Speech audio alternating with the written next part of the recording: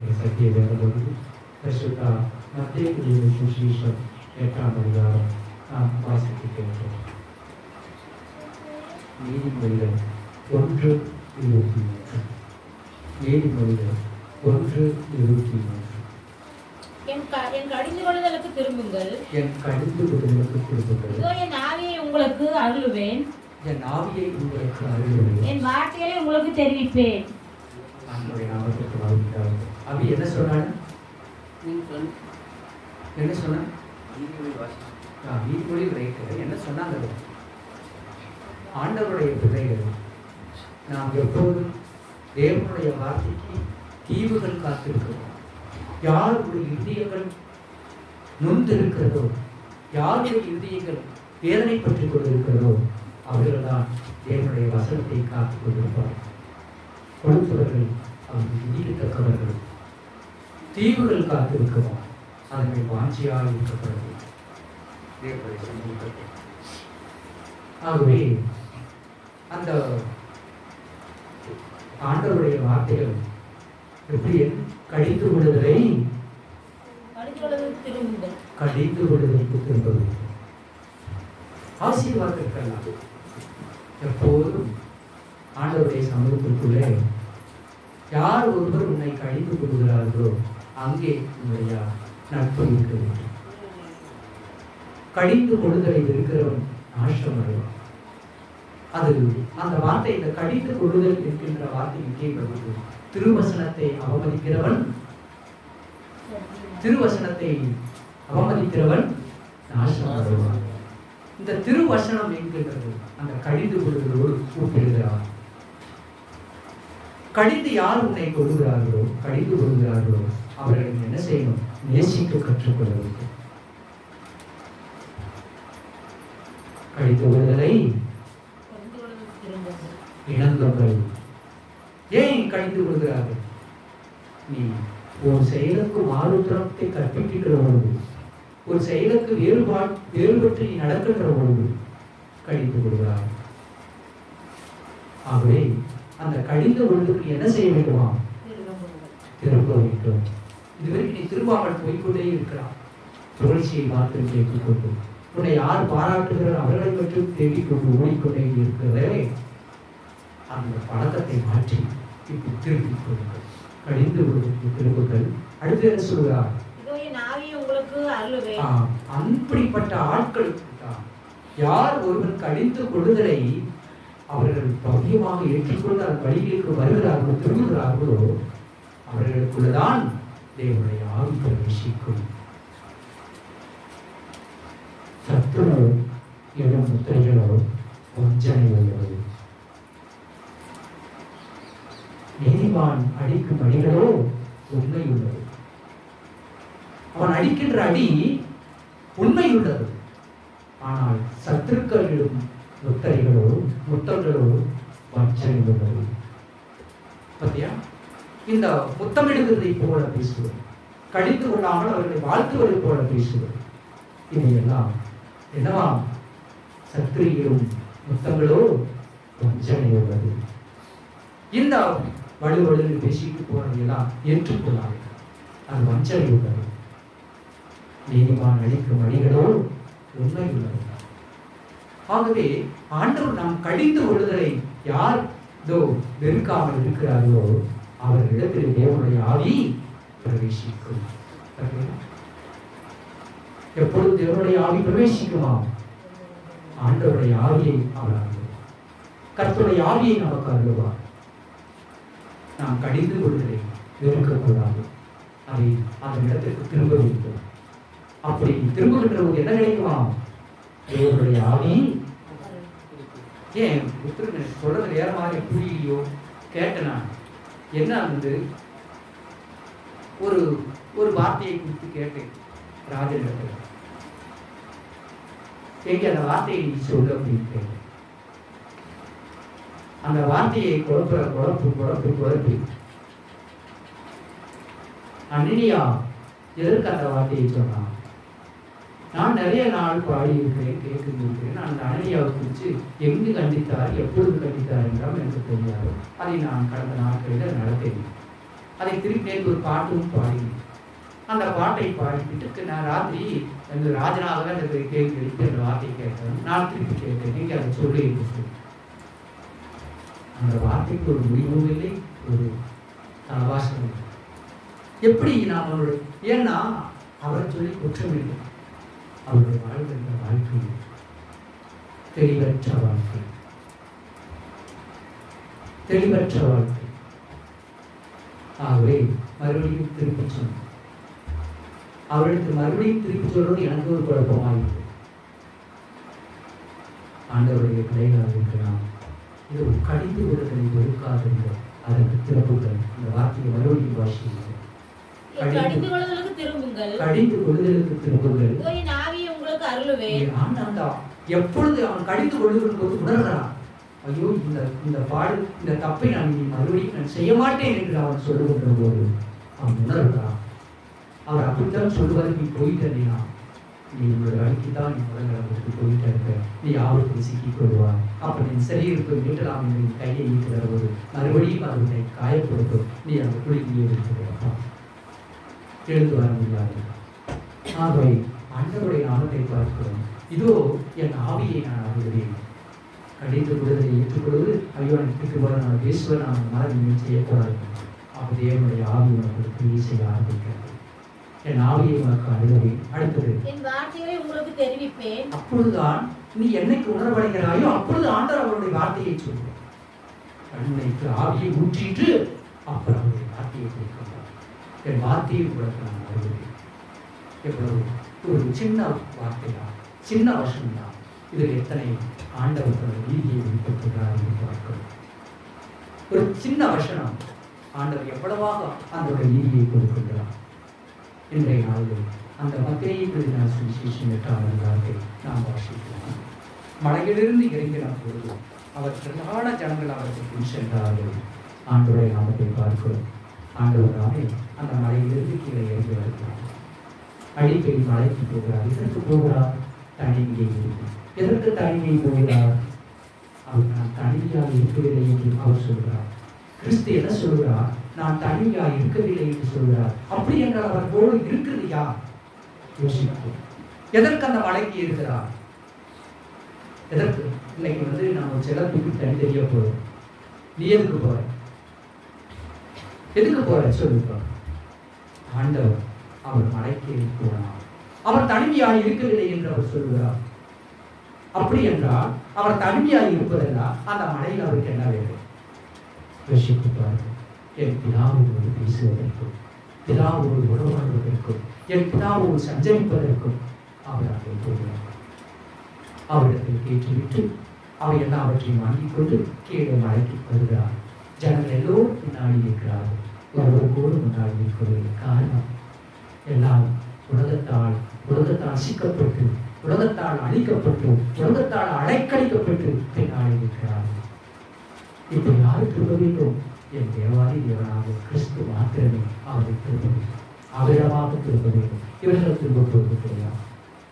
ஆகவே அப்பொழுது குஷ்டரோகி ஒருவன் வந்து அவரை பணிந்து, ஆண்டவரே உங்களுக்கு சித்தமானார் எங்க ராஜாவாக சொல்லிட்டு இருக்கோம், ஏதாவது ஒன்றா சாப்பாடு ஆக்கிறதுக்கு எவ்வளவு சாப்பாடு நீங்கள் ஆக்குறீங்க அப்படின்னு கேட்டால், ஆண்டவர் சித்தங்களோடு இருக்குது அப்படிங்க. ஏன் ஆண்டவர் சித்தம் இல்லை அப்படின்னு கேட்டால், இன்னைக்கு சாப்பாட்டுக்கு போகுது.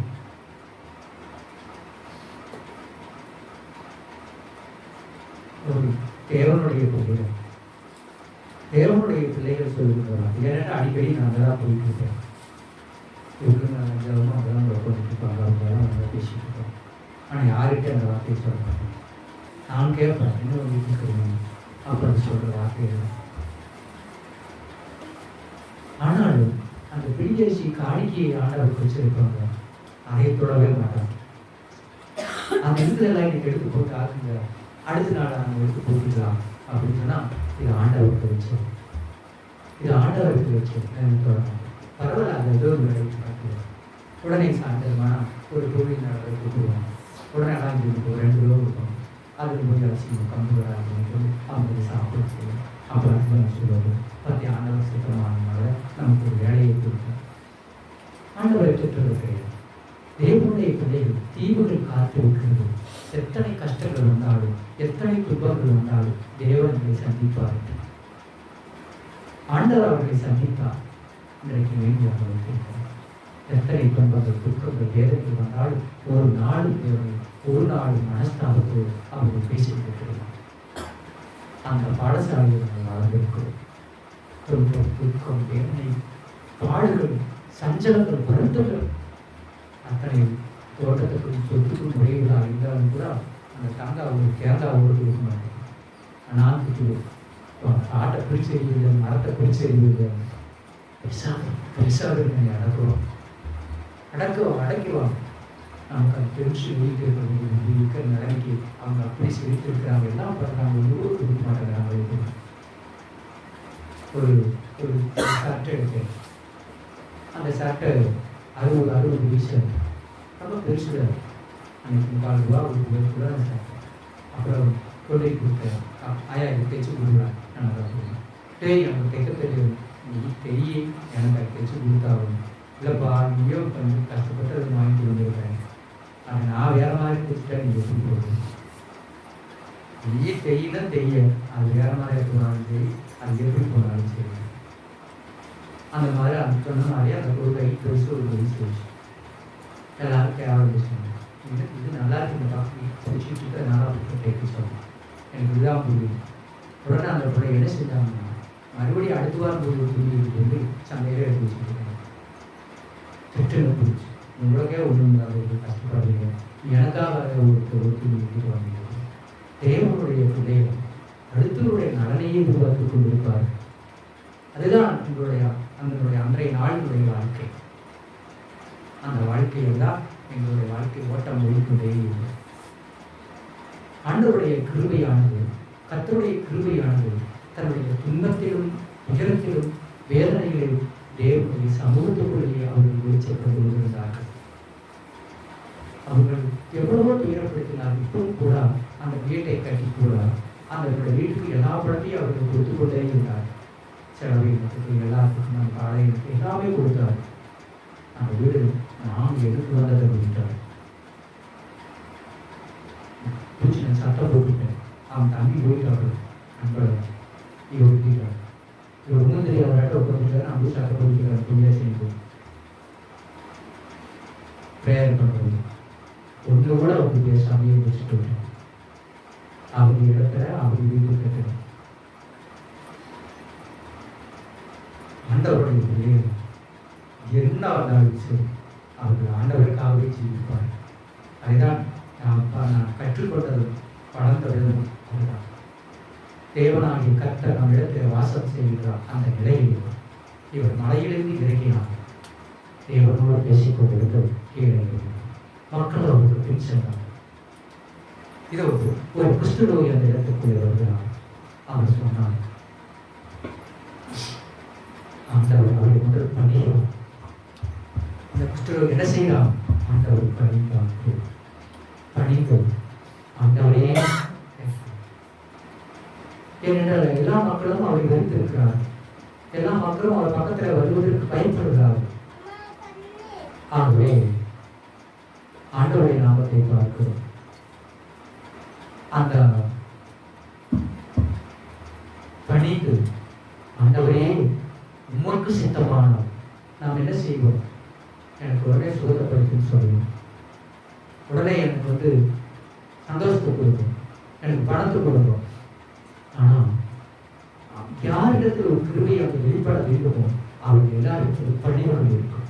நேற்று மரியா அன்னை வந்தவரோடு சொன்ன வார்த்தையும் அதுதான்.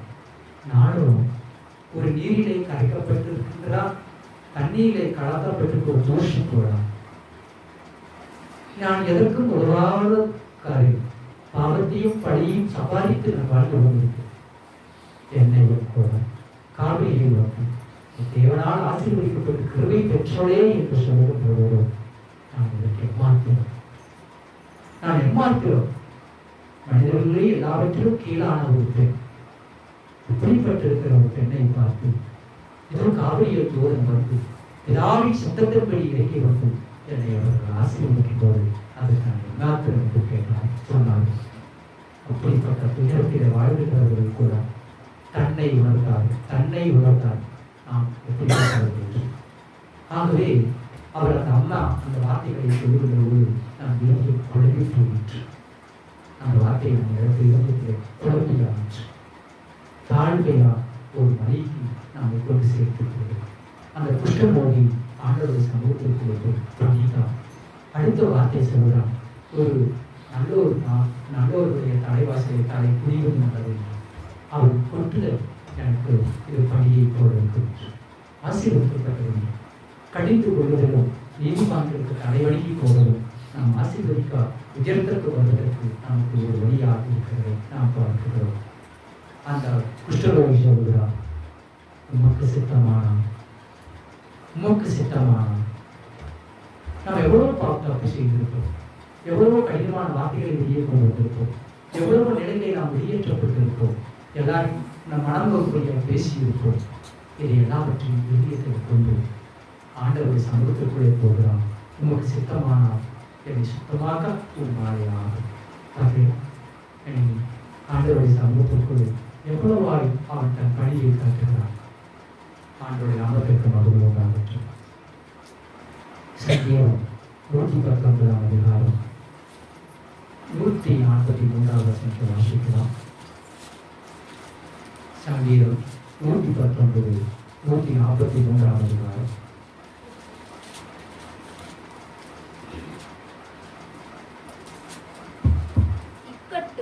இக்கட்டும் நெருக்கமும் என்னை பிடித்தது. ஆனாலும் உம்முடைய கற்பனைகள் என் மனமகிழ்ச்சி.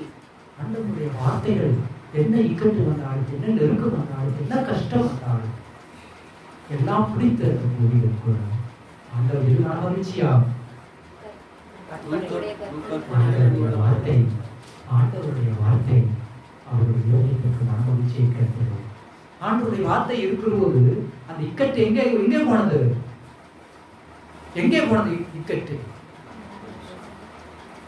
இக்கட்டும் நெருக்கமும் தேவனுடைய வார்த்தை இது எல்லாத்தையும் ஜெயிக்கக்கூடியதாக இருந்தது. அதான் நான் சொல்லுவேன், எத்தனை இக்கட்டுகள் இருக்கிறது மக்களுக்கு. ஆண்டவருடைய வார்த்தை அவர்களுக்கு எதிர்ந்துதான் நான் மகிழ்ச்சியாக இருந்தது. அத்தனை துன்பத்தையும் மறப்பார். நான் மகிழ்ச்சி ஆண்டவர் நமக்கு கொடுப்பார். இந்த லோகத்தை அவர்கள் ஆதாயப்படுத்த வேண்டாம். அந்த லோகத்தை நிச்சயம் அவர்கள் ஆதாயப்படுத்தி வச்சிருக்கிறார். அவருடைய அக்காளுக்கு தங்கச்சி ஆண்டவருடைய சமூகத்தைக்கு நயோனியில அந்த பொண்ணு கூட்டிட்டு ஆண்டவருடைய அந்த பொண்ணு அது பேசி நமக்கு ஒரு செய்தி அனுப்பிட்டே இருப்பாங்க. ஆண்டவருடைய பரிணாமத்திற்கு மகிழ்வு உண்டாகக்கூடிய இக்கட்டும் துக்கமும் துயரமும் வேதனையும் வந்த போதிலும் தேவனுடைய நாமமே அவர்களுக்குள்ளே ஒரு மனமகிழ்ச்சி தருவதை நாம் பார்க்கிறோம். அதுக்கடுத்து வசனத்தை வாசிக்கலாம். உம்முடைய சாட்சிகளையும் நீதி என்றென்றைக்கும் நிற்கும். ஆண்டவருடைய சாட்சியும் நீதியும் என்றென்றைக்கும் நிற்கும். என்னை உணர்வுள்ளவனாக்கும். ஆண்டவர்தான் ஒரு சாட்சி என்னைக்கு நிற்கும், நம்முடைய உணர்வுள்ளவனாக்கும். உங்களுடைய உணர்வுள்ளவராக்கி இருக்கிறதா ஆண்டவருடைய சாட்சி? ஆண்டவர் வாழ்கிற உணர்வுகளை பயன்படுத்தும். அதுக்கடுத்த வருஷம் அப்பொழுது நான் பிழைத்திருப்பேன். ஆண்டவருடைய எப்பொழுது நம்ம ஆண்டவருடைய வார்த்தையை நம்ம உணர்வுகளை வாக்குதோ நீ பிழைத்திருப்போம். கர்த்தருடைய வார்த்தையில் மேல் நம்பிக்கை வைக்கணும். பொண்ணோ பொருளோ பணமோ மக்களோ அவர்கள் அல்ல, இது எல்லாமே விட்டுட்டு போயிடுவோம். இன்னைக்கு ரத்தன் டாட்டா பயங்கரமான சொத்து, 1000 கோடி அத்தனை சொத்து இருக்கிறவர். அவர் கீழே இறங்கி வர வேண்டிய அவசியமே கிடையாது. அவருடைய ஏரோப்ளேன் அவர் கொண்டு ஹெலிகாப்டர் அவர் கொண்டு 13 ஏரோப்ளேன் ஹெலிகாப்டர் 19 விமானம் வைத்திருக்கிறார். அந்த 19 விமானம் அவர் வீட்டுடைய மாடியில் தான் வந்து ஏறோம். அந்த வீட்டின் மாடியில் தான் 19 அவரை இறங்கி அதனுடைய வீட்டிற்கு இறங்கிட்டோம். நாம் யார் சந்திக்க போனாலும் அவர் வீட்டை அந்த ஏரோப்ளேன்ல அந்த விமானத்தை தான் கொண்டு போய் அவர் வீட்டு மேலே இருக்கிறாங்க. அப்படிப்பட்ட உலகத்துடன் பெற்ற ஒரு மனிதர் திருமணமாகவில்லை, குழந்தைகள் இல்லை, ஒரு நாயை வளர்த்தி கொண்டிருந்தாங்க. அந்த நாய்க்கு ஒரு குறிப்பிட்ட அமௌண்ட்டை அந்த நாயை பராமரிக்க அத்தனை கோடி ரூபாய் அவருக்கு எழுதி வைத்தார்.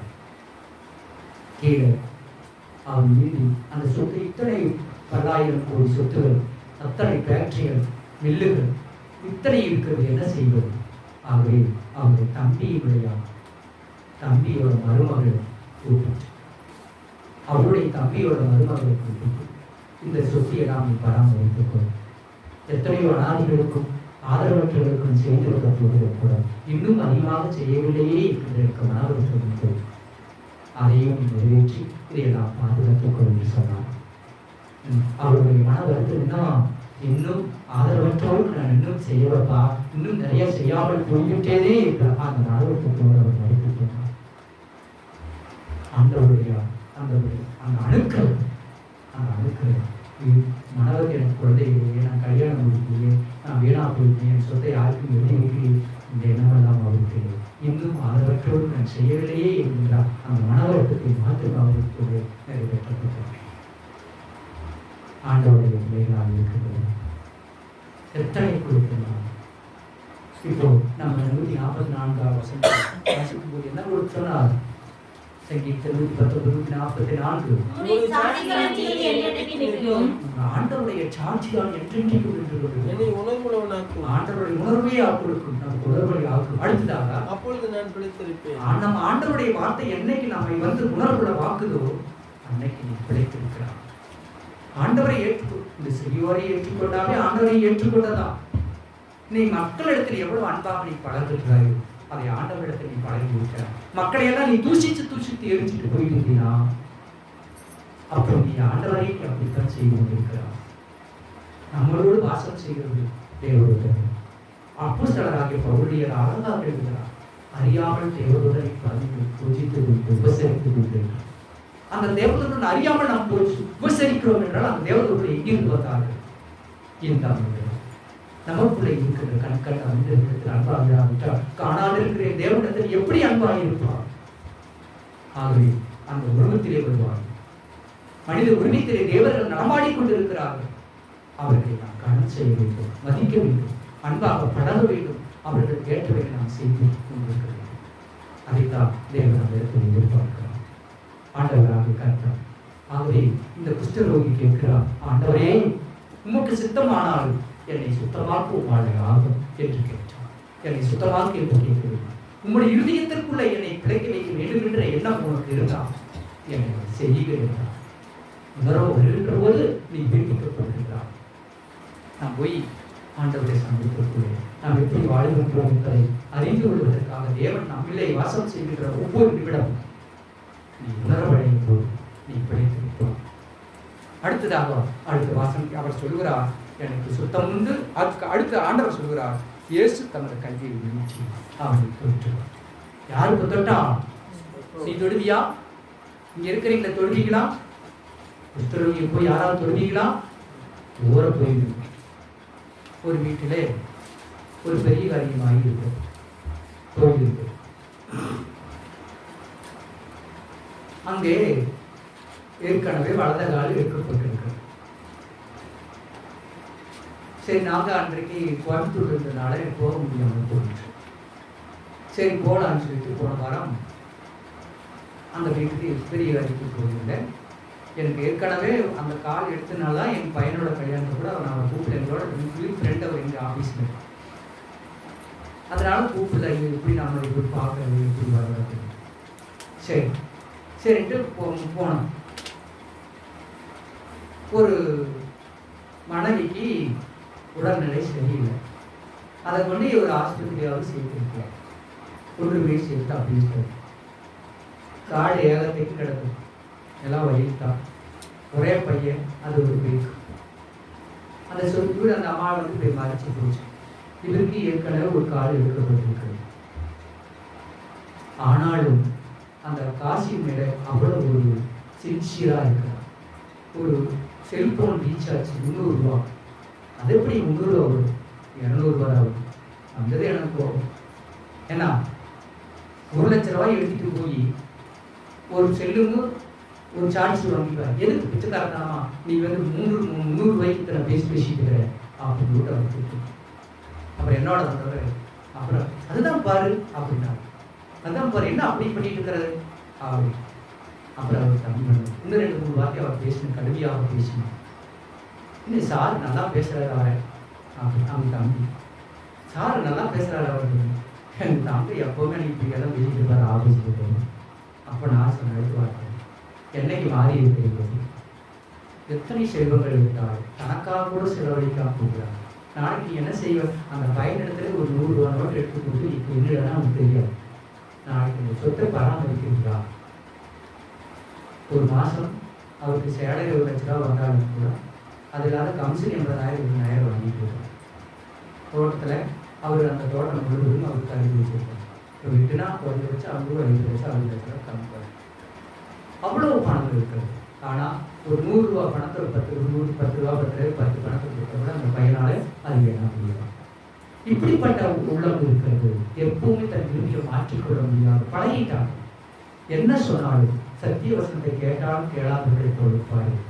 ஏனென்ற பரீட்சைக்கு இல்லாதவர்கள் தேவனுடைய நியாயத்தை காணாதபடி தோன்றுவார். அந்த குணத்தை மாற்றிக்கொள்ளவே மாட்டார். அப்போ நான் அடுத்து பார்த்தேன், அவர் ஒரு கால் அந்த வேஷ்டி விலகி, அந்த வேஷ்டி விலகி இருக்கும்போது பார்க்கும்போது நம்மளுடைய இந்த கோலம் தட்டப்பை எப்படி தட்டக்காய் எப்படி அதை வந்து வாஞ்சிட்டா நடுவான அந்த கோடு மாதிரி ஒரு அந்த கொட்டா வெளியே தெரியும். அந்த தட்டப்பை அந்த மாதிரி 5 வெடிப்புகளை உருவாக்கி அந்த ஒரு சதை அந்த ஒரு ரத்தம் போல அதை நீட்டி கொண்டு வைப்பாங்க. உடனே வெளியே வந்துருச்சு. ஏன் அப்போ போகிறீங்க எழுங்க இல்லை நான் எனக்கு நான் வெளியே போகிறதுனால போயிட்டு வரேன், நீங்கள் பேசிக்கிறீங்க. நான் போய் காருக்குள்ள உட்காந்துட்டேன். எனக்கு நடுக்கம் நான் போய் பிடிப்பது இத்தனை அப்படிப்பட்ட ஒரு துயரத்திலும் கூட அந்த காசி அவ்வளோ ஒரு கண்ணாக இருக்கிறாரு. ஆனால் மனம் நின்று அப்போ எழுந்து வந்தான். நான் போயிட்டு வரேன், 1 நாளைக்கு வரேன் அப்படின்னு என் மனசுக்குள்ள துக்கமும் கண்ணீரும் நிறைந்து பிரேயர் பண்ணேன். ஆனாலும் அடக்க முடியல. அங்கே போயிட்டு என்னால் பார்க்கவும் முடியல. எப்படி தன்னுடைய இதயத்தின் துக்கத்தை அடக்க முடியலையோ அதை போலவே அந்த கால்களை பார்க்க என்னால் முடியும். ஆனாலும் தன் அவங்களோட பின்வாதத்தை அப்படின்னு கொண்டிருந்தார். ஆனால் பார்க்கிறதுக்கே நம் வீட்டில் துக்கத்தோடு வேதனையோடு இருந்தது. என் தேவனுடைய கர்த்தர் அந்த புத்தகத்தை தொட்டார். இந்த புத்தகத்தினுடைய புத்தகத்தை கரம் கொண்டு அவர் தொட்டார். என் தேவனாகிய கர்த்தர் மனதுருகிற தேவனாகிய கர்த்தர் உன்னுடைய இதயத்திற்குள்ள என்ன இருக்குது என்பதை அவர் அறிந்து பார்ப்பார். அவன் தொடுகின்ற போதே அவருடைய சரீரங்கள் நம்மையும் ஒரு மனுஷர் தொடுகிறாரா என்ற அந்த நிலைக்கு அவன் வருகிறான், உணர்வடைகிறான். அவன் பிழைத்திருக்கிறான், உணர்வடைகிறான். என் புத்தகத்தை எல்லாரும் அருவருத்து ஒதுக்கி தள்ளுகின்ற வேளையில் என் கிறிஸ்துவாய் இருக்கின்ற என் தேவனாகிய கர்த்தர் என்னை தொடுகிறாரே என்று சொல்லி என்னை வந்து தொடுகிறார், என் உள்ளம் நடுங்குகிறது. என்னை வந்து தொடுகிறார், என் உள்ளம் நடுங்குகிறது. தொட்ட உடனே அவன் அப்படி அந்த குஷ்டரோகத்தை மறந்து போனான், அந்த நோய்களை மறந்து போனான். அவன் சுகம் பெற்றான். அந்த விசுவாசம் அவனை ரட்சித்தது. அவன் சொன்னான், உனக்கு சித்தமானால் என்னை சுத்தமாக்கு என்றான். ஆண்டவர்கிட்ட கேட்டான். அவனுக்கு சித்தம். அவன் யாரையும் புறவே தர மாட்டான், யாரையும் ஒதுக்க மாட்டான். தனிமை என்ற தவிப்புமே தன்மைந்தன் ஈந்தாரின் பிதா. தனிமை என்ற தவிப்புமே தன்மைந்தன் ஈந்தாரின் பிதா. களங்காதே நீயும் திகையாதே, களங்காதே நீயும் திகையாதே. கர்த்தரேசு துணையாவார். கவலை ஏன் கலக்கம் ஏன், கர்த்தரேசு அன்பின் தேவன் இயேசு உன்னை அழைக்கிறார். ஆண்டவருடைய சமூகம் அதனுடைய தொட்ட உடனே அவர் உள்ளம் ஆங்கிலம் அடைந்ததனாலே அவர் என்ன செய்தார், அப்படியே அந்த குஷ்டரோகம் அதை விட்டு போய் இருப்பார். ஆண்டவர் யாரையும் புறம்பே தள்ள மாட்டார், யாரையும் ஒதுக்க மாட்டார். நமக்குத்தான் அருவருப்பு, நமக்குத்தான் வெறுப்பு, நமக்குத்தான் அவர் மேலே கோபம். என் நேசர் யாரையும் வெறுக்கார், யாரையும் தள்ளாதவர், யாரையும் அதனுடைய நோயோடு வாழ்படிக்கு தேவன் அனுகிரகம் தர மாட்டார். உங்களுடைய கஷ்டமானாலும் சரி, உங்களுடைய துக்கமானாலும் சரி, உங்களுடைய வேதனையானாலும் சரி, அது எல்லாம் இமைப்பொழுதிலே மாற்றுகின்ற தேவனாகிய கர்த்தர். அந்த விசுவாசம் உங்களிலே நிறைந்திருக்க வேண்டும். அந்த விசுவாசம் ஆண்டவரை காப்பார் என்ற அந்த விசுவாசம் யாருக்குள்ள இருக்கிறதோ அவர்கள் உணர்வடைவார்கள். அந்த உணர்வினாலே அவர்கள் பிழைப்பார். 145வது வசனத்தில் வாசிக்கலாம். சங்கீதம் 119, 145. உம்மை முழு இதயத்தோடு கூப்பிடுவேன், உங்கள் முழு இருதயத்தோடும் கூப்பிட்டேன். கர்த்தாவே, என் ஜெபத்தை கேளும், என் ஜெபத்தை கேளும். உம்முடைய பிரமாணங்களை கைக்கொள்வேன். நாம் ஆண்டவருடைய பிரமாணங்களை கைக்கொள்ள வேண்டும். முழு இருதயத்தோடும் ஆண்டவரை தேடுகின்ற போது நம்ம ஆண்டவருடைய கட்டளை நம்முடைய இருதயத்துக்குள்ளே இருக்கும். ஒன்று சொன்னால் அதை அழகாக சொல்லுவாங்க. ஒரு குழந்தை, ஒரு சிறு பையனிடத்தில் கேட்டேன், நீ என்ன செய்தாய் என்று. நான் எழுந்து நான் சாப்பிட்டேன். நீ என்ன சாப்பிட்டான்? நான் எழுந்து ஃபேஸ் வாஷ் பண்ணிட்டு பல் துளக்கிட்டு நான் அந்த சாப்பாட்டை எடுத்து நான் சாப்பிட்டு நான் வந்தேன். இல்லையே, நீ சாப்பிடலன்னு சொன்னாங்க. இல்லையே, நான் சாப்பிட்டுட்டு தானே வந்தேன். என்னதான் சாப்பிட்டேன்? இதுதான் வந்த உடனே ஒரு பிஸ்கட் சாப்பிட்டேன், கொஞ்சம் சாப்பாடு சாப்பிட்டேன். அந்த குழந்தைகளுடைய இருதயத்திற்குள்ள கலக்கமில்லாத வார்த்தை, தெளிவான வார்த்தை. அது செய்ததை அது சொல்லுகிறது. அதில் சொல்லிக் கொடுத்தா கூட மாற்றி. ஆனா எவைகள் ஒரு வார்த்தைகளை கடைபிடித்து நடக்கின்றார்களோ அதிலே அவர்கள் ஆழமாய் பெறுகிறார்கள். அதை சொல்லுகிறார். ஆண்டவருடைய வார்த்தைகளை யார் அதை கடைபிடித்து நடந்து கொண்டு இருக்கிறார்களோ அவர்கள் தெளிவாக சொல்வார்கள். நாம் என்ன குழப்பினாலும் அவர்கள் குழப்ப முடியும். என்னதான் குழப்பினி, இல்லை இப்படி செய்தாய், அதெல்லாம் அங்கே நடக்காது. இல்லை, நான் எழுந்து ஃபேஸ் வாஷ் செய்து நான் பற்களை துடைத்து நான் சாப்பிட்டு விட்டு தான் வரேன். என்ன சாப்பிட்டேன்? நான் ஒரு பிஸ்கட் சாப்பிட்டேன், கொஞ்சம் சாப்பாடு சாப்பிட்டு வருவேன். இதில் அவங்க எந்த மாற்றத்தை நாம் என்னதான் நீ மாற்றி மாற்றி நீ சொன்னாலும் அவர்கள் அந்த வார்த்தைகளை மாற்றாமலே சொல்லுவார்கள். ஏனென்றால் செயலிலே செயல்பட்டுக் கொண்டு வருகிறது. நாம் கேட்கிறவர்களாக இருக்கக்கூடாது. என்ன செஞ்சிருக்கிறோமோ அது கர்த்தருடைய வார்த்தையை கேட்டு அதன் வழியிலே யார் நடந்து கொண்டு செய்து கொண்டு இருக்கிறார்களோ அவர்களை யாராலும் மாற்ற முடியாது, அழிக்க முடியாது. என்னதான் வந்து குழப்பி எத்தனை பிரசங்கிமார்கள், எத்தனை மக்கள் வந்து விசுவாசி என்று பேர் கொடுத்து அவர்கள் எல்லாம் சொன்னாலும் கூட அவர்கள் நடந்து கொண்டு இருக்கிறதை யாராலும் அவர்கள் மறுக்க மாட்டார்கள். ஆண்டவருடைய நாமத்திற்கு வந்து ஆகவே அவன் என்ன செய்கிறான்? அந்த குஷ்டரோகி அந்த குஷ்டத்தை நீக்கி கொள்கிறான். ஆண்டவன் அவன் சுகப்பட்டான். அடுத்தது இதோ சுத்தமாக என்றால் உடனே குஷ்டரோகம் நீங்கி அவன் சுத்தமானான். இயேசு அவனை நோக்கி, இதை நீ ஒருவருக்கும் சொல்லாதபடி எச்சரிக்கையாயிரு என்று சொல்லுவாங்க. இவர் சாட்சி சொல்லணுமா? ஐயா இங்க சொல்லுங்க, உங்களுக்கு என்ன நடந்ததுன்னு சொல்லுங்க. ஐயா சொல்லுங்க, இந்த நீங்க சொல்லுங்க. ஐயா நீங்க சொல்லுங்க. இது பெருமையை தப்பட்டை தன்னை தானே வாழ்த்திக் கொள்வது.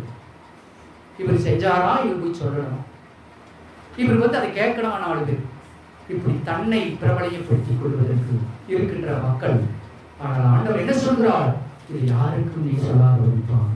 பார்த்தீங்கன்னா, எனக்கு அதை செஞ்சார், இதை செஞ்சார், அப்படி செஞ்சார் போய் சொல்லக்கூடாது.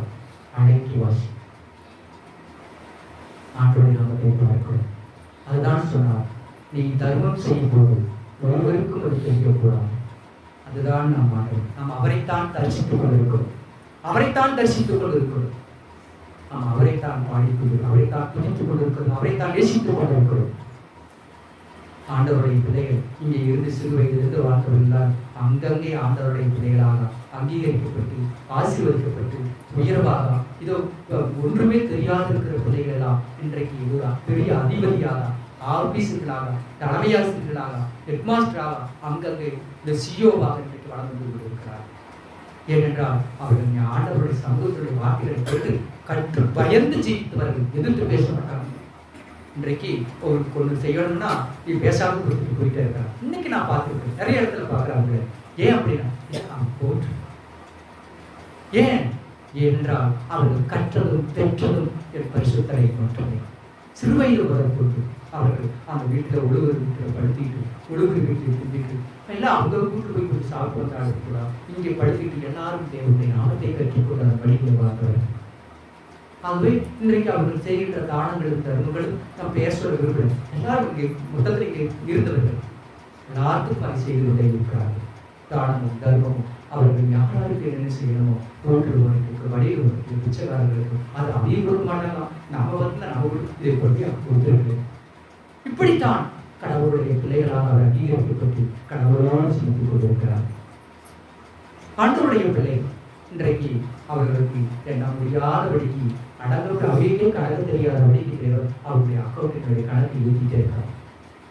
அவருடைய செயல்பாடுகள் எல்லா நிலையிலும் ஆசீர்வாதத்துக்கு உச்சத்திலேயே நின்று கொண்டிருக்கிறார். ஒருவரும் கூட சோடைபாடையை பார்த்து ஆண்டவர் நாம் யார் உண்மையாக இருந்தார்களோ அவர் உன்னதத்தில் தேவன் அழகு பார்த்துக் கொண்டிருக்கிறார். யார் பொய்யாக செய்கிறார்களோ இன்னைக்கு வரைக்கும் பொதியிலிருந்து கூட வீழ்ந்து வராமல் படுத்துக் இருக்கிறார். ஆண்டவரை விசுவாசி அவளுடைய யாரை இவன் சொல்லுவான். நீ ஆண்டவர் சொன்னார், நீ யாரை விட்டே போய் சொல்லியாரோ நான் உன்னை குணப்படுத்தேன் என்று சொல்லக்கூடாது என்று சொன்னார். எங்கே சம்பம். அதனால்தான் நீ எந்த ஒரு காரியத்தை மனசில் காண வேண்டும் என்று செய்யாதேன்னு சொன்னான். ஒரு தண்ணி கொடுத்தாலும் சரி அந்த பழம் உனக்கு வந்துடும். ஒரு கஞ்சி கொடுத்தாலும் சரி அந்த பழம் உனக்கு வந்துடும். ஆனால் நான் கொடுத்தேன் செஞ்சு விட்டு சொல்லாதே, அது ரொம்ப தவறான அப்படின்னு நம்ம ஆண்டவர் சொல்றான். இப்ப அந்த குஷ்டரோகியை பார்த்து சொன்னான், நான் உன்னை குணப்படுத்தினேன் சுகப்படுத்தினேன் உன்னை தொட்டேன் யாருக்கு நீ சொல்லாதே அப்படின்னு சொல்லிட்டு அடுத்து சொன்னான்.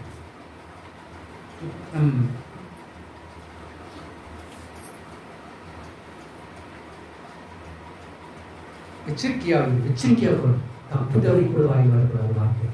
ஆண்டவர் செஞ்சார் என்று தப்பு தவறி கூட அந்த வார்த்தை வரக்கூடாது.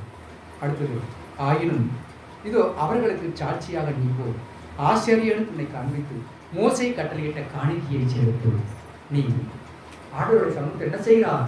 நீ போய் நீ சொல்லி செஞ்சுட்டு நீ ஒரு பொருத்தனை பண்ணுகிறது. நான் இது சுகமானா நான் இதை ஆலயத்துக்கு செய்கிறேன் என்று சொல்லி அதை போய் நீ செஞ்சு எனக்கு எது கொடுக்காது என்னை பற்றி சொன்னார். ஏனென்றால் அவர்கள் இன்னொரு 4 பேருக்கு அவருக்கு செய்வார். ஆகவே நீ என்ன வேண்டுதல் வைத்திருக்கிறாயோ பொருத்தனை பண்ணியிருக்கிறாயோ அந்த பொருத்தனையை கொண்டு ஆலயத்தில் செலுத்து. நான் என்னுடைய நாமத்தினை சுகப்படுத்தினேன் குணப்படுத்தினேன் என்று நீ சொன்னார் என்று சொல்லி ஆண்டவர் அவருக்கு கட்டளை வைத்தாங்க. இன்றைக்கு நாம் அப்படி இருக்கிறோமோ? ஆண்டவருடைய பிள்ளைகளாக இருக்கிறோம்.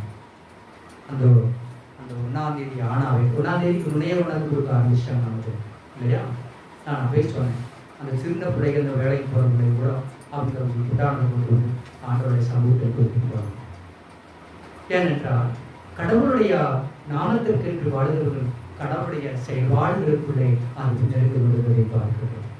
இந்த இடத்துல அதை போய் நாங்கள் செஞ்சு என்று சொல்லி என் நாமத்தை சொல்லக்கூடாது என்று சொல்லி கட்டளை கொடுத்தார். அடுத்ததாக இது எஸ்ராவின் புஸ்தகம் 3ஆம் அதிகாரம் 11ஆம் வசனத்தை வாசிக்கலாம். எஸ்ராவின் புஸ்தகம் 3ஆம் அதிகாரம் 11ஆவது வசனம்.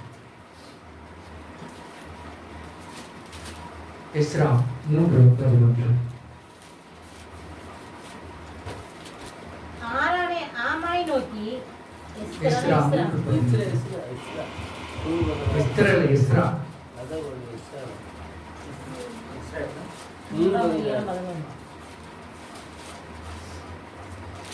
அவனுக்கு பின்னாக கர்த்தர் நல்லவர், மேல் அவருடைய கிருபை என்றும் உள்ளது என்று அவரை புகழ்ந்து ஆண்டவருடைய பிள்ளைகள் கர்த்தர் நல்லவர் என்றுதான் வாயிலை கொள்வார்.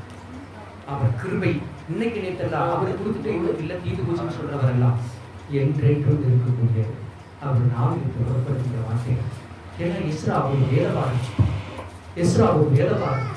ஆகவே எல்லா எழுத்துக்களையும் தேவனுடைய சமூகத்திற்குள்ள வைத்துக் கொண்டு அவர் பாடிக்கொண்டிருக்கிறார். கர்த்தர் நல்லவர், அவர் கிருபை என்றும் உள்ளது. அடுத்தது கிருபை என்றும் உள்ளது என்று அவரை புகழ்ந்து துதிக்கையில் மாறி மாறி பாடினார்கள்.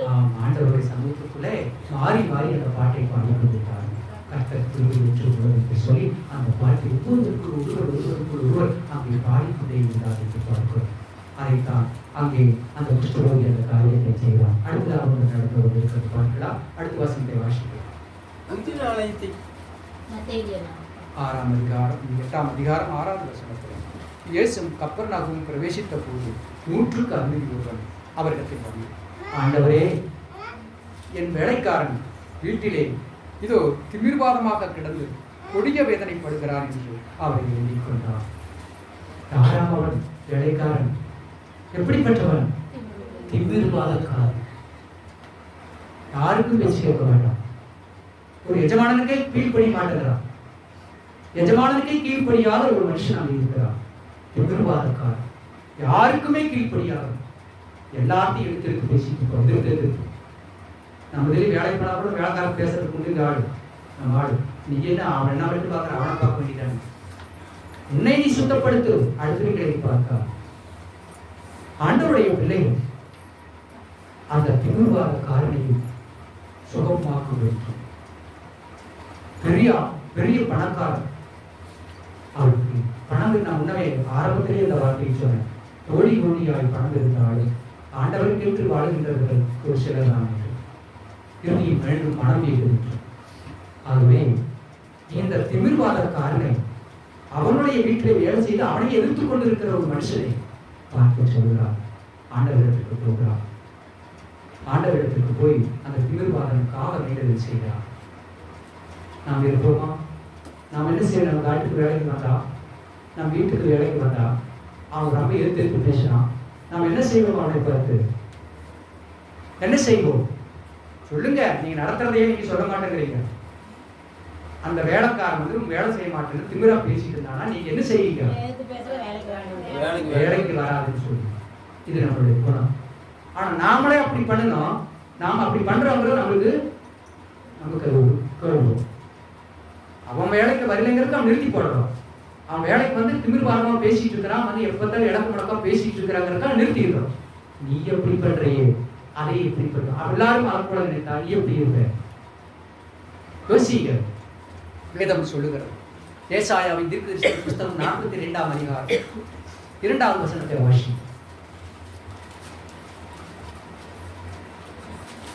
அவர் கூறல மாட்டார், நம்முடைய சத்தத்தை உயர்த்தவும் அவர் கூக்குரலிட மாட்டார், தன் சத்தத்தை உயர்த்தவும் மாட்டார். நம்மள வந்து விட்டு போய் கொஞ்சம் செஞ்சு கொடுக்குது. வேலைக்கு ஆள் கூட்டல அந்த பொண்ணு வர வேண்டாம்னு சொல்லி. ஏன்னா அது என்னைக்கு அடங்காது. அது வேலை வாண்டாட்டி போச்சாது. நான் எல்லாத்தையும் எடுத்து சொல்றமே சொல்லியா. இது வார்த்தை நாம் அதை செய்யறோம். அவர் நம்மை அப்படித்தான் நினைப்பார். ஆகவே எப்பவுமே ஆண்டவருடைய சமூகத்திற்குள்ளே நாம் நம் கடவுளுடைய பிள்ளைகள் எல்லாரும் உலகத்திற்குரிய அப்படி செய்வாங்க. ஆண்டவருக்குரியவர்கள் அப்படி செய்ய மாட்டார்கள் என்பதை பார்க்கிறோம். ஒரு நூற்றுக்கு அதிபதி பயங்கரமான பணக்காரர், அவன் வீட்டுல வேலை செய்யற பேச்சு கேட்க மாட்டேங்கிறா. திமிர்வாதமா படித்து பேசி திமிர்வாதமா நடந்து நோய்படுத்திட்டான். அதற்கு அவனுக்கு வச்சு குழி கொடுக்க முடியுமா? நோய் படுத்திட்டு இருக்கிறவன அவனுக்கு சாப்பாடு போட முடியுமா? வேலைக்கு வரவன் உடனே சரியில படுத்திட்டான். அவனுக்கு கூலி தருவணுமா? நீ நாளைக்கு வர வேண்டாம்னு சொல்லுங்க. நீ எந்திரிச்சு வீட்டுக்கு போட்டுருவோம். ஆனால் கடவுளுடைய பிள்ளை என்ன செய்தார்? அந்த இடத்திலே ஒரு வார்த்தையை சொல்கிறார். இவன் இருந்து ஆண்டவருக்கு போகிறான். அந்த பெரிய பணக்காரன் என் வீட்டிலே ஒரு வேலைக்காரன் இருக்கிறார். அவன் ஒரு திமிர்வாதக்காரனாக இருக்கிறான். யாரையும் பயப்பது கிடையாது. ஆனால் நோயாய்க்கு இருக்கிறான். ஆகவே அவனை சுகப்படுத்த வேண்டும் ஆண்டவருக்கு கேட்டான். நல்ல சமாரியன் தன் கணக்கிலே தாளந்துகளை சேர்த்தான். வேதத்திலே பார்க்கிறோம். தன் கணக்கிலே தாளந்துகளை சேர்க்கிறார்கள். அந்த நல்ல சமாரியனை போறான். இந்த மனுஷன், இந்த பெரிய மனிதன் ஆண்டவரத்தில் போய் கேட்கிறான். என் வேலைக்காரன் நோயாளி கிடக்கிறான், அவனை சுகப்படுத்தும். அவனை பார்த்த மாத்திரத்திலேயே தேவன் அவனை பிரியமாயிருக்கிறான். இன்றைக்கு நாம் வீட்டில் ஒருவர் படுத்துக் கொண்டால் அவனுக்கு 1008 குறைகளை சொல்லிக் கொண்டு வந்தோம். ஆனால் அவனுடைய முகத்தை பார்க்கும் போது என் தேவனுக்கு எத்தனை பிரியமோ தெரியவில்லை. அவர் கேட்க எனது வீட்டில் இருக்கிற வேலைக்காரன் சுத்தமாக சொன்ன உடனே அவருடைய முகத்தை பார்த்த மாற்றத்திலே இயேசு சொல்கிறார், நான் வருகிறேன், உன்னோடு வருகிறேன். அதுதான் நம்முடைய ஆண்டவர். சொல்லாமலே வருகிறேன், சொல்லாமலே நான் வருகிறேன் என்று சொன்னார். ஆகவே நான் வருகிறேன் என்றான். அதற்கு அவள் சொன்னான், ஐயோ எங்க வீட்டுக்கு நீ வர வேண்டாம் ஆண்டவரே. ஏன்னா நான் நிறைய பேருக்கு வேலை வாங்கிட்டு இருக்கிறேன். நான் கடினமாக பேசக்கூடியவர். நான் ஒருத்தருக்கு யாருக்காவது ஒரு வரலைன்னா அந்த ஆளை கூலி நான் பிடிச்சிருப்பேன். நான் கடினமாக பேசியிருப்பேன். நான் எல்லாத்தையும் அவங்களுக்கு கோபமா திட்டி இருப்பேன். அதனால என்னோட வீட்டுக்கு நீ வர்றது பாக்கியம் இல்லை. ஆண்டவரே என் வீட்டுக்கு வர வேண்டாம், இங்க இருந்துட்டு ஒரு வார்த்தை சொல்லு, நான் பாவியான மனுஷன், நீ ஒரு வார்த்தை சொல்லு போது என்னுடைய வேலைக்காரன் சுகமாவான் என்று சொன்னான். தாழ்மையுள்ளவரிடம் தங்கிடுதே கிருபை, வாழ்நாளெல்லாம் அது போதுமே கிருபையுடன் கிருபையுடன் வாருமே. தம் கிருபை பெரிதல்லோ என் தேவனிலும் அதே. ஆண்டவருடைய கிருபை எவ்வளவு பெரியது. ஆகவே அவன் வேண்டாங்கிறான். ஆண்டவரே, நான் ஏதோ தப்பு பண்ணியிருப்பேன், தவறு பண்ணியிருப்பேன், ஏதோ பேசியிருப்பேன், ஏதோ நான் பண்ணியிருப்பேன், என்னோட வீட்டுக்கு நீ வர வேண்டாம், நீ ஒரு வார்த்தை மட்டும் சொல்லு, நீ பரிசுத்தம் உள்ளவர், என் வீட்டிலே கால் வைக்க கூடாது என்று சொன்னான். எத்தனை தாழ்வு, எத்தனை தாழ்வு. நாம் சொல்லுவோம் அப்படி. ஆனால் அந்த தேவன் இருதயத்தை பார்க்கிற தேவனாக இருக்கிறபடியினாலே, தேவன் அவனுடைய முகத்தை பார்த்தபடியினாலே ஆண்டவர் சொல்கிறார், யோபின் முகத்தை பார்த்த தேவனாகிய கர்த்தர் இந்த நூற்றுக்கு அதிபதியுடைய முகத்தையும் பார்த்தார். பார்த்த மாத்திரத்தில் அவனோடு நான் வருகிறேன் என்று சொன்னார். அவன் வருகிறேன் என்று அவர் சொல்லுகின்ற போது இவர் சொல்கிறார், வேண்டாம் ஆண்டவரின் வீட்டுக்கு வர வேண்டாம். விடுவாரா ஆண்டவர்? விடுவாரா ஆண்டவர்? இல்லை. அப்போ அவர் சொல்லுகிறார், இதோ இயேசு நான் வந்து அவனை சொஸ்தமாக்குவேன் என்றார். நூற்றுக்கு அதிபதி பிரதியுத்தரமாக, ஆண்டவரே, நீர் என் வீட்டுக்குள் பிரவேசிக்க நான் பாத்திரன் அல்ல, ஒரு வார்த்தை மாத்திரம் சொல்லும், அப்பொழுது என் வேலைக்காரன் சொஸ்தமடைவான். ஒரு வார்த்தை சொல்லு சாமி, போதும், நீர் அங்கதான் வந்து சுகப்படுத்தணும் இல்லை, நீர் இங்கேயே சொல்லி, ஆனால் என் வீட்டுக்கு வர்றதுக்கு நான் விவத்திரவான் அல்ல என்று சொன்னார். அடுத்தது சொல்லுவார், இதோ நூற்றுக்கு அதிபதி பிரதியுத்தரமாக, நான் அதிகாரத்திற்கு கீழ்ப்பட்டவனாக இருந்தும், நிறைய அதிகாரம் என்னால் அரசனாக இருந்து கொடுக்க முடியும், அதிகாரத்துக்கு நான் கீழ்ப்பட்டவன், பெரிய அதிகாரியாக இருக்கிறேன், கீழ்ப்பட்டவனாக இருந்தும் எனக்கு கீழ்பட்டிருக்கின்ற சேவகருடைய எத்தனை மக்கள் எனக்கு கீழ்பட்டு இருக்கிறாங்க, வேலை பண்ணிட்டு இருக்காங்க, அத்தனை பேர் என் இடத்துல வேலை செஞ்சுட்டு இருக்காங்க. இதோ நான் ஒருவனை போவென்றால் அவன் போகிறான், நீ போடானா போயிடுவான் வேலை செய்யறதுக்கு, நீ வாடானா வருவான். நான் ஒருவனை போ என்றால் அவன் போவான், ஒருவனை வாவென்றால் அவன் வருவான். இல்லையா? சேவகர் உண்டு, கீழ்பட்டிருக்கின்ற சேவகரும் உண்டு. இதோ என் வேலைக்காரனை இதை செய்கின்றால் செய்கிறான் என்றான். இயேசு இதை கேட்டு ஆச்சரியப்பட்டு, இத்தனை பேருக்கு எஜமானாக இருக்கிறார், ஆனா இத்தனை பேர் இருக்கிற அத்தனை பேர்த்துல ஒருத்தர் போனா போச்சாதுன்னு போட்டு மூட்டையில வேலை வாங்கியிருக்கலாம், முடிச்சுட்டு இருக்கலாமே, ஆனா ஒருவனையும் இழந்து போகக்கூடாது என்று என்னிடத்தில் வந்து வேண்டுதல் செய்து என்னையும் உன் வீட்டுக்கு வர வேண்டாம் என்று சொல்லி ஒரு வார்த்தை சொல்லி போதும் என்று நீ சொன்னாயே, அந்த விசுவாசம் இருக்கிறதே, அதை பற்றி ஆண்டவர் என்ன செய்தாராம்? ஆச்சரியப்பட்டார். தேவன் ஆச்சரியப்பட்டார். தேவன் இதை கேட்டு ஆச்சரியப்பட்டு, என் உலகத்திலே கிறிஸ்து பிறந்தது மட்டும் ஆச்சரியம் அல்ல, தேவனையே ஆச்சரியப்படக்கூடிய மக்கள் இருக்கிறார்கள். தேவனையே ஆச்சரியப்பட வேண்டிய நிலையிலே இருக்கிறார். எத்தனை கஷ்டத்திலும் துன்பத்திலும் துயரத்திலும் அவர்கள் வாழ்ந்து கொண்டிருக்கிறார்கள். எல்லாவற்றையும் அவர்கள் கொஞ்சம் கூட மாறுதலுக்கு உட்படாமல், தவறான பாதைகளுக்கு செல்லாமல் கர்த்தரையை தன் தெய்வமாக கொண்டு வாழ்கின்றவர்கள் உண்டு. ஆண்டவர் பிறந்தது மாத்திரம் அதிசயம் அல்ல, ஆச்சரியம் அல்ல. நாம் வாழுகின்ற வாழ்க்கை இருக்கிறதே, என் தேவனுக்கு பிடித்த வாழ்க்கை, பிரியமான வாழ்க்கை, அதுவே ஆச்சரியமான வாழ்க்கை. அதுதான் ஆச்சரியம். ஆண்டவர் பிறந்ததல்ல, நாம் அவருடைய கட்டளையின்படி கற்பனையின்படி நடப்பதே ஆச்சரியம்.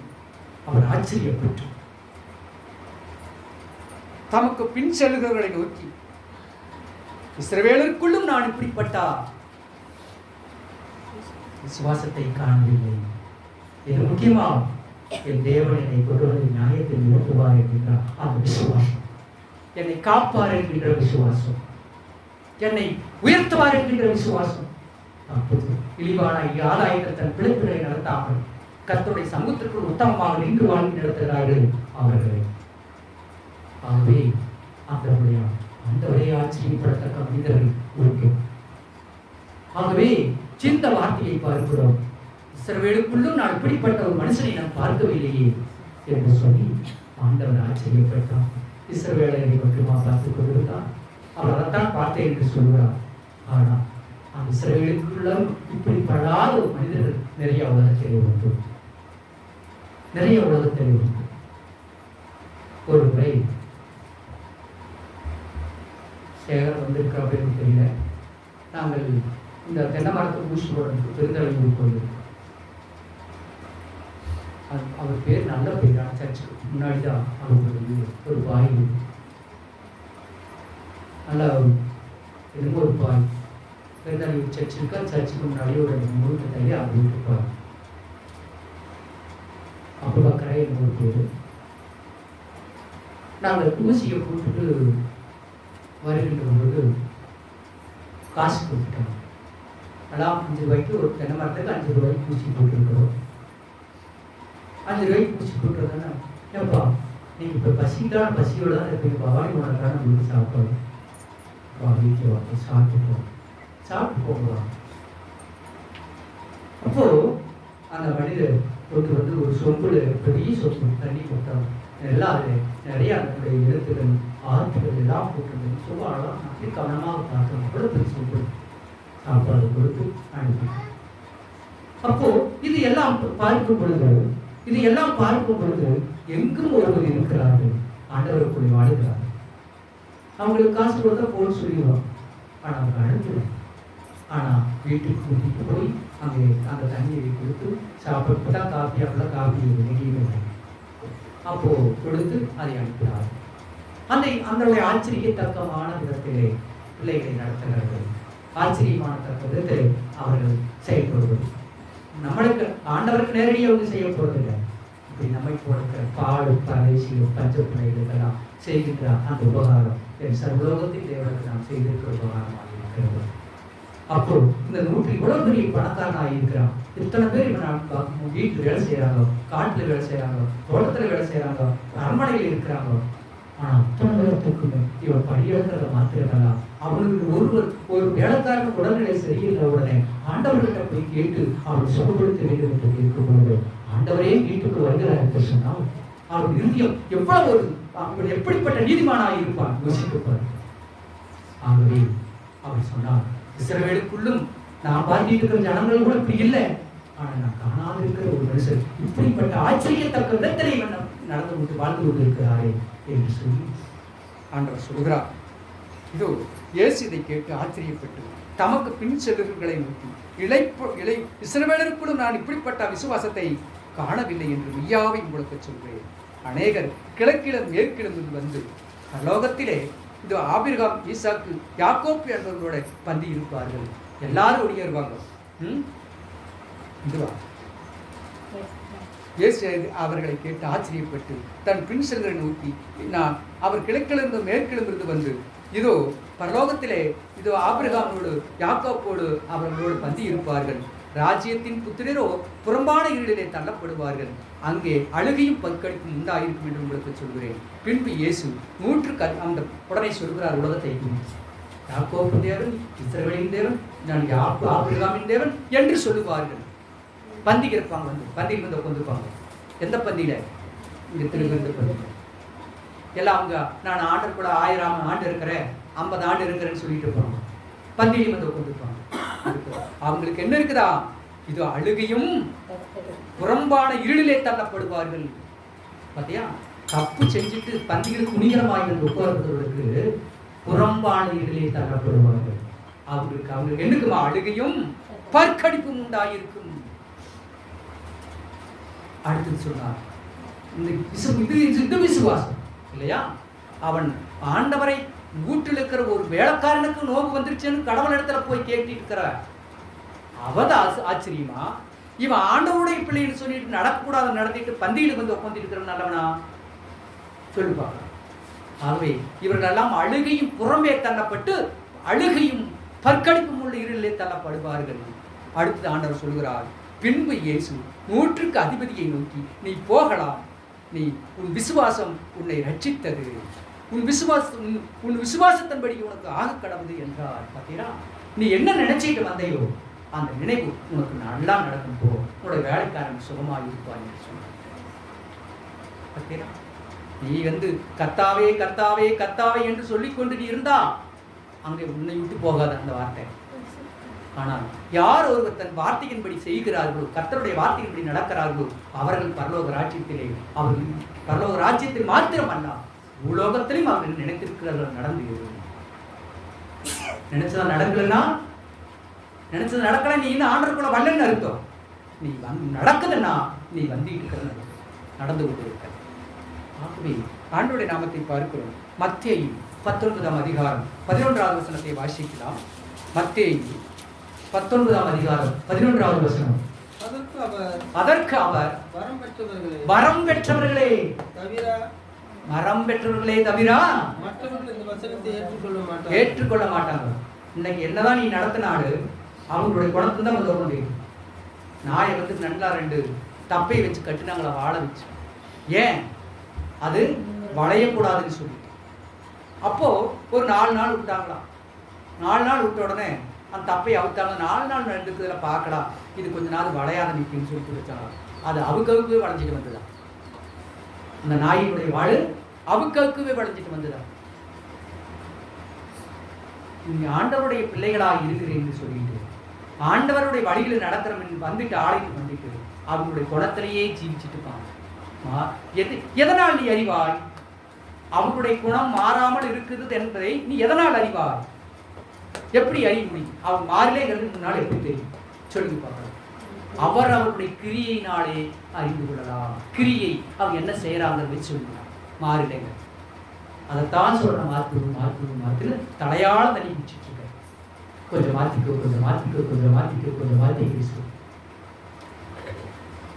மாறாது இருக்கிறது எப்படி மாறி இருக்கிறாங்க கண்டுபிடிக்க முடியுமா? அவருடைய கிரியையினால் அவர்களை அறிகிறார்.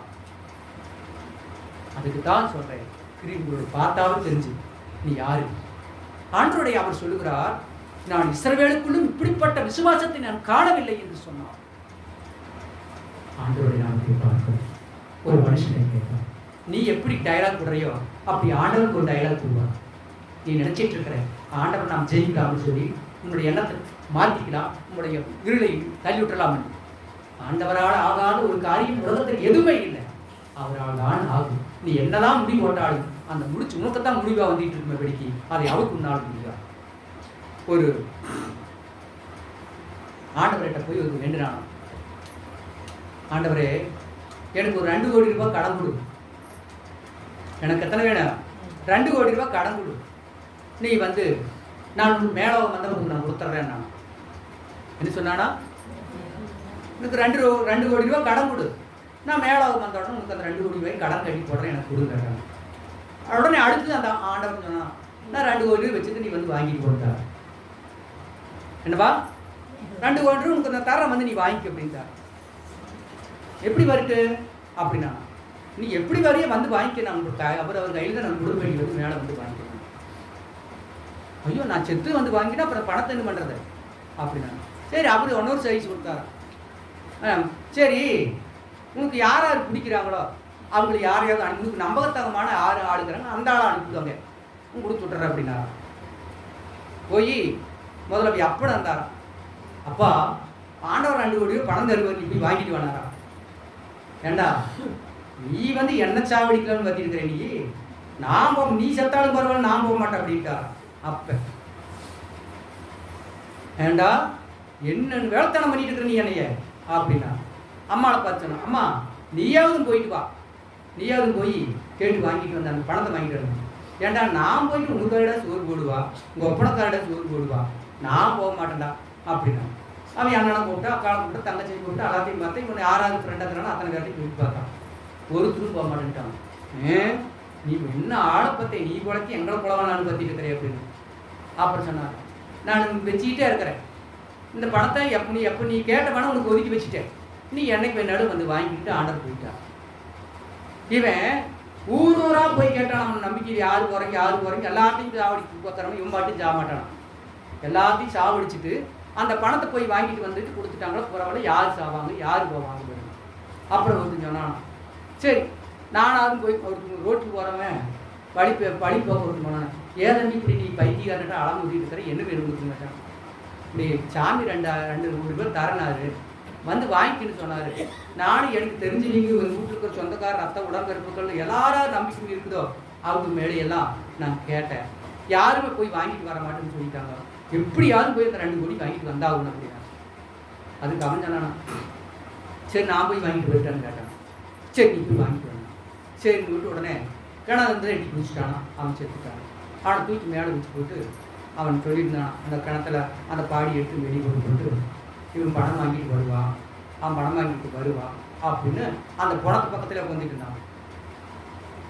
அந்த பணத்து பக்கத்துலேயே 4 நாள் ஆச்சு நாரி போச்சான். அப்புறம் ஏன்டா நாரி போயிட்டு ஏடா பணத்தை கொண்டிட்டு வாடா, அடா நாரி போயிட்டு ஏடா பணத்தை கொண்டிட்டு வாடான்னு கேட்டுருக்கான். இன்னும் 2 நாள் ஆச்சு. இன்னும் புழுவெல்லாம் பிடிக்க ஆரம்பிச்சிச்சு. அடா டேய் சீக்கிரமாக கொண்டுட்டு வாடா, உங்களோட பூச்சி புழுவெல்லாம் நீ அரிச்சு போட மாட்டேருக்குது, நீ பணத்தை எப்படி கொண்டு வந்து உங்களோட சரீரத்தை நீ எடுத்துக்க, சீக்கிரமாக கொண்டுட்டு வாடா. இன்னும் நாற்று இன்னும் அரிச்சு அவனுக்கும் வந்து அப்படியே அவனும் மாறணும். உழையாமல் எந்த இது நிலைகளிலே நாம் ஜீவிக்கிறோம் என்பதையால் நீ போடுற உன்னுடைய வேஷத்திற்கு தேவன் அங்கு அழகாக ஒரு வேஷத்தை போட்டு வைத்திருப்பார். அந்த வேஷமிட்டு வாழ்க்கை வாழ்ந்து உண்மை துதித்தால் வேடனை போல் வந்து அம்பை விட்டு வீழ்த்துவீர். நீர் குமிழியும் வடித்து நல்லா ஓசை கொடுக்குமே, நீர் குமிழியும் வெடித்து நல்லா ஓசை கொடுக்குமே. நீயும் மடியும் முன்னே தேவனுக்குள் தூயனாகிடு, நீயும் மடியும் முன்னே தேவனுக்குள் தூயனாகிடு. உமக்கும் எமக்கும் உள்ள நெருக்கும் யாருக்கு தெரியும், தேவா என் மேல் வைத்த உமது கிருபை யாருக்கு புரியும். ஆண்டவருடைய கிருபை இல்லையா? நீ நினைச்சு நான் பாட்டு பாடினா ஆண்டவர் ஸ்கோர்ஸ்ல இருந்தா எடுத்துப்பாரு, ஏன்னா நான் பாட்டு பாடுனா என் செபிச்சை வேண்டாம். அந்த டைலாக் எல்லாம் உண்மையோடு பாடு, வேஷம் போடாது, உண்மையோடு நடத்தப்பட்ட இதுதான் தேவன் நம்ம இடத்தில் கொடுத்திருக்கிறது. அவனை பார்த்து அந்த இத்தனை பணக்காரன், இப்படிப்பட்ட பணக்காரன் எத்தனையோ பேர் இன்றைக்கு வந்து அவனால் வாழ்ந்துட்டு இருக்கிறாங்க. ஒருத்தம் உடம்பு நிலை சரியில்லைன்னு சொன்ன உடனே அவனை பார்த்து அவனை சுகப்படுத்த வேண்டும் என்று கேட்டுட்டு அந்த இஸ்ரவேலுக்குள்ளும் இப்படிப்பட்ட ஒரு விசுவாசத்தை நான் காணவில்லையே என்று சொல்லி அந்த வேலைக்காரனை பார்த்து நீ போ, உன்னுடைய வேலைக்காரன் சுகமாய் இருப்பான் என்று இந்த 100க்கு அதிபதியை பார்த்து அனுப்பிவிடுகிறார் ஆண்டவர். பார்த்தியா, நீ செய்கிற எந்த ஒரு உபகாரமும் அதற்கு ஒரு பலன் இல்லாமல் போவது கிடையாது. தானா வராது இரக்கமெல்லாம். சொல்லிக் கொடுத்த புத்தியும் கட்டி கொடுத்த சோறும் எத்தனை நேரத்துக்கு இருக்குமா?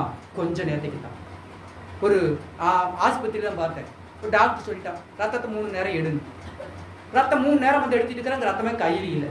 ஏமா ரத்தம் இல்லாத கையில் எதுக்கம்மா ரத்தத்தை எடுத்துட்டு இருக்கிறேன்? டாக்டர் சொல்லி கூடி போயிட்டாரு. எப்படி? இப்படித்தான் இன்று நடந்து கொண்டு இருக்கிறது, இப்படித்தான் மக்கள் நடந்து கொண்டு இருக்கிறார்கள். ஆண்டவர் சொல்லுகின்ற வார்த்தைக்கு விட்டுவிட்டு இவங்களாக ஒன்றை சொல்லி இவங்களாக நடந்து கொண்டு இருப்பது. ஆண்டவருடைய பிள்ளைகளாக இருக்கிறான். விசுவாசத்தை நான் இப்பொழுது யார்கிட்டையும் நான் பார்க்கிறேன். நீ போ, நீ வேலைக்காரன் சுகமாக வேண்டும் தானே நீ வந்து கேட்ட, உனக்கு நான் சுகத்தை கொடுத்துட்டு போ அப்படின்னா அவன் விசுவாசத்தோடு போனான். இதை யார் நம்புவாங்களா? இதை யார் நம்புவாங்களா? இதை யார் நம்புவாங்க? இப்பவே விட்டுட்டீங்க, அப்படிங்க வாழ்க்கையில் கடந்துச்சு நடக்க போறீங்க. வரம் பெற்றவர்கள் யார் நம்புவாங்களா? வரம் பெற்றவர்கள் தான் நம்புவார்கள்.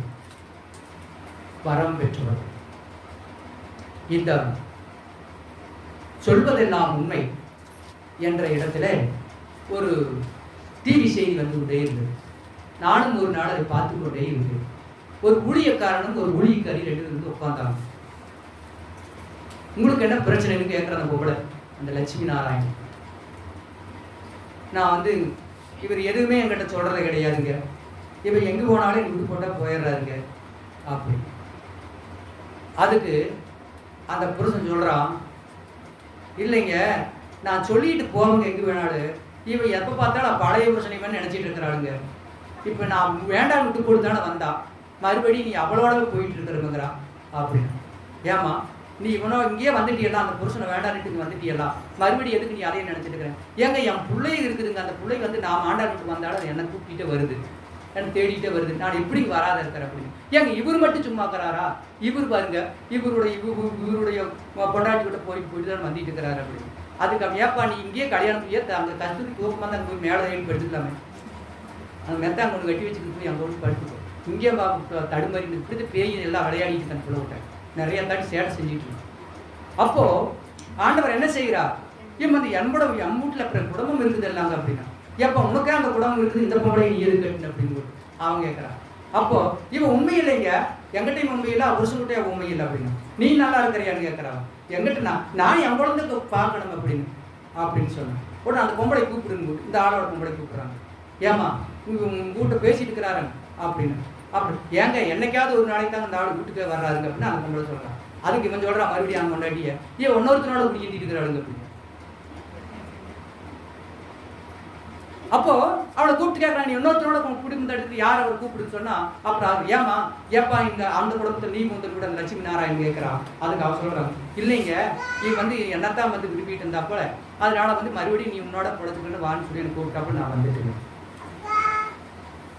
அப்ப ஏமா நீ அந்த புருஷனோட இருக்கிற இந்த புருஷனை எடுத்து என்னைக்காவது ஒரு நாளைக்கு வரான்னு நீ கூப்பிடுற அப்படின்னு கேட்டா அப்புறம் அதுக்கு ஒரு பதில் சொல்றான். இப்படி ஒவ்வொருத்தரா இது வந்து ஊழியமா, இந்த வார்த்தையைத்தான் இது ஊழியக்காரர் செய்கின்ற வேலை. அந்த வார்த்தையைத்தான் இப்படி 11ஆம் வசனத்தில் படிச்சது. மேல ஒரு வசனத்தில் 9வது வசனத்தை வாசி, 9:10 வாசி. என்னன்னு ஆதலால் எவனாயிலும் தன் மனைவி வேசித்தனம் செய்கிற நிமித்தமே என்று அவளை தள்ளிவிட்டு வேறொருத்தி விவேகம் பண்ணினால் அவன் விபச்சாரம் செய்கிறவனாய் இருப்பான். அந்த வேசித்தனம் பண்ணிட்டு அது வந்து அதோட வாழ்றதும் விபச்சாரம், அதை தள்ளிவிட்டு வேறொரு கல்யாணம் மூக்கிறது அதுவும் ஒரு விபச்சாரம். இதை யார் அறிவார்? வரம் பெற்றவர்கள் மாத்திரமே அறிவார். இது ஊழியக்காரர்கள் செய்கின்ற வேலை. இது ஊழியக்காரர்கள் செய்கின்ற வேலை. அந்த ஊழியக்காரன் சொல்லுவா, சொந்த வீட்டை விசாரிக்காம வேற வீட்டை எப்படி விசாரிக்க முடியுது? ஏன்னா அவனை ஒரு 4-5 கொண்டாடி கட்டிட்டு இருக்கிறான். ஆகவே கடவுளுடைய பிள்ளைகளாக இருக்கிற நாம் எல்லாவற்றிலும் நீதியுள்ளவர்களாக ஜீவிக்கப்பட வேண்டும். நாம் பிறக்கும் போதே எல்லாத்தோட வந்து பிறக்கணும், எல்லாத்தோட இருக்கல, தனித்தனியாக வந்திருக்கிறோம். அதில் பரிசுத்தம் என்னது என்று அறிந்து நாம் மானத்தோடு வாழ கற்றுக்கொள்ளும். மானமற்ற ஒரு வாழ்க்கை வாழக்கூடாது. மானத்தோடு தேவனுடைய சமூகத்தை பங்கப்படுத்தக்கூடாது. முதல் அதுதான் வேண்டும். அப்படி நடந்துட்டு இப்படி ஆண்டவர் தேடிட்டு இருக்கிறாங்களே அப்படின்னு யாரும் சொல்லக்கூடாது. ஆண்டவருடைய பிள்ளைகளாக இருக்கிற நாம் கடைசியாக இதோ யோவான் 1ஆம் அதிகாரம் 13வது வசனத்தை வாசிக்கலாம்.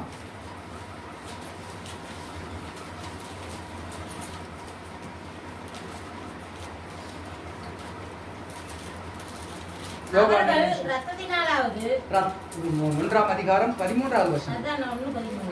அவர் ரத்தத்தினாலாவது மாமிச சித்தத்தினாலாவது புருஷனுடைய சித்தத்தினாலாவது பிறவாமல் தேவனாலே பிறந்தவர்கள். தேவனாலே பிறந்தவர்கள் உலகத்திற்காக அல்ல. இவர்கள் தவறான பாதைகளை கண்டுவிட்டால் அந்த இடத்துல அவர்கள் எல்லாரும் போயிட்டே இருக்கிறார். அதான் ஆண்டவருடைய வாழ்க்கை. 11:13 வாசிக்கலாம். யோவான் 13:13.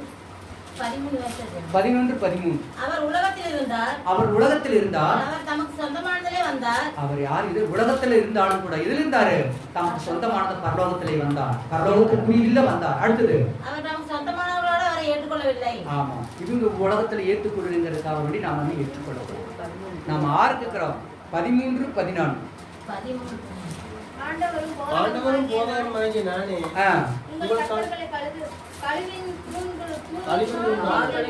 யாரா நல்லா படிக்க தெளிவா படிக்க. ஆண்டவரும் போதகருமாகிய நானே உங்கள் கால்களை கழுவினது உண்டானால், ஆண்டவராகிய கர்த்தரவே நம்முடைய கால்களை கழுவினது உண்டால் நீங்களும் ஒருவருடைய பாதத்தை கழுவுங்கள்.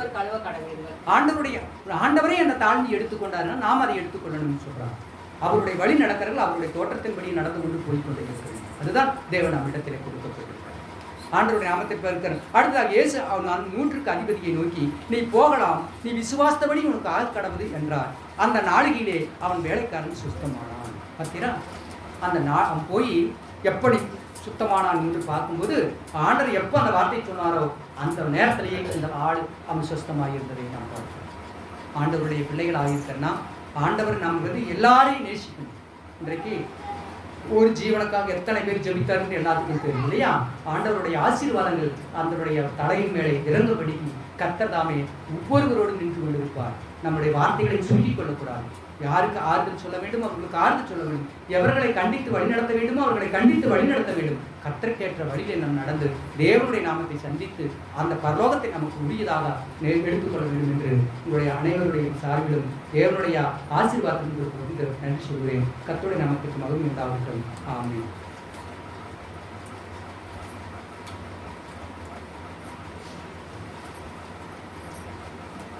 தாய் மறந்தாலும்